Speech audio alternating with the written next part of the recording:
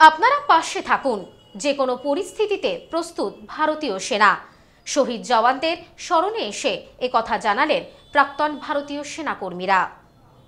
পরিস্থিতি যতই প্রতিকূল হোক না কেন, আপনারা আমাদের পাশে থাকলে সমস্ত বাধা আমরা অতিক্রম করতে পারি।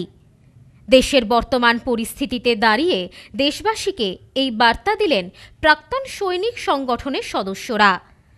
সংগঠনের সম্পাদক গোপাল চন্দ্র কর্মকার বলেন, আমরা যে কোনো পরিস্থিতিতে 7 দিন 24 ঘন্টা প্রস্তুত থাকি।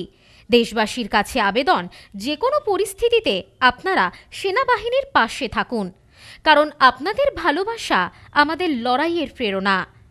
আমরা সাধারণভাবে একটা মিটিং ছিল, সেখানে আমাদের অপারেশন সিন্দুরে যে জওয়ানরা শহীদ হয়েছে তাদের উদ্দেশ্যে আমরা শ্রদ্ধা জ্ঞাপন করছি, তাদেরকে স্মরণ করে।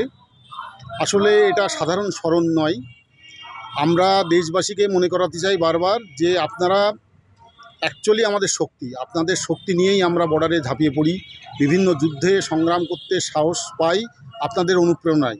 এই জন্যে সমস্ত ভারতবাসীর কাছে অনুরোধ যে যখন যখন দেশে এইরকম বিপজ্জনক পরিস্থিতি উৎপন্ন হবে, আপনারা শুধু আমাদের পাশে থাকবেন, বাকি কাজটা আমাদের করতে দেবেন। আমরা যেভাবে এতদিন ধরে করে আসছি সেইভাবে আগেও এরকমভাবে করে যেতে পারবে আমাদের সামরিক বাহিনীর লোকজন, সেই আশা আকাঙ্ক্ষা আমাদের আছে।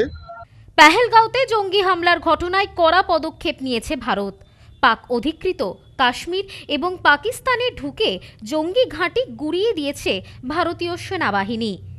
যে অপারেশনের নাম দেওয়া হয়েছিল অপারেশন সিঁদুর। ভারতীয় সেনাবাহিনীর যে সকল বীর জওয়ানেরা দেশমাকে রক্ষা করার জন্য প্রাণ বলিদান দিয়েছেন, শহীদ হয়েছেন, তাদের স্মরণ করতেই এদিন একত্রিত হয়েছিলেন বনগাঁ প্রাক্তন সৈনিক সংগঠনের সদস্যরা। কন্যাকুমারী থেকে হিমালয় পর্যন্ত কাজ করেছি। যে আমরা এক্সম্যান, কিন্তু আমরাও এই পথে যেতে চাই। আমরা কন্যাকুমারী থেকে তপ্ত বালুকায় -57 ডিগ্রি থেকে 40 ডিগ্রি পর্যন্ত কাজ করেছি। এখনও আমাদের মধ্যে দম আছে। যদি আমাদের সরকারের পক্ষ থেকে ডাকা হয়, তাহলে আমরাও উপযুক্ত সময় উপযুক্ত টাইমে আমরা লড়াই করতে রাজি আছি। শহীদ জওয়ানদের স্মরণে পুষ্পার্ঘ্য নিবেদন করেন তারা।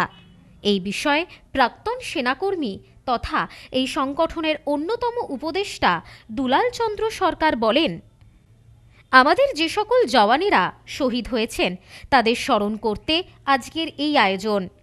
এদিন একত্রিত হয়ে প্রাক্তন কর্মীরা বার্তা দিলেন, ভারতীয় সেনাবাহিনী সদা সর্বদা যে কোনো কঠিন পরিস্থিতিতে মোকাবিলা করার জন্য প্রস্তুত। বনগাঁ প্রাক্তন সৈনিক সংগঠনের তরফ থেকে আমাদের যে বীর সৈনিক ওনার আত্মদান করে শহীদ হয়েছেন, তাদের শ্রদ্ধার জ্ঞাপনের জন্যে আমরা সবাই উপস্থিত হয়েছি। অতএব আমরা চাই যে যেমন সৈনিকদের, আমরাও একজন সৈনিক ছিলাম, তবে আজকে আমরা ওনাদের সাথে আছি, ওনাদের পরিবারের সঙ্গে আছি। সব্যসাচী ভট্টাচার্যের রিপোর্ট, নিউজ নোম্যান্সল্যান্ড, বনগাঁ।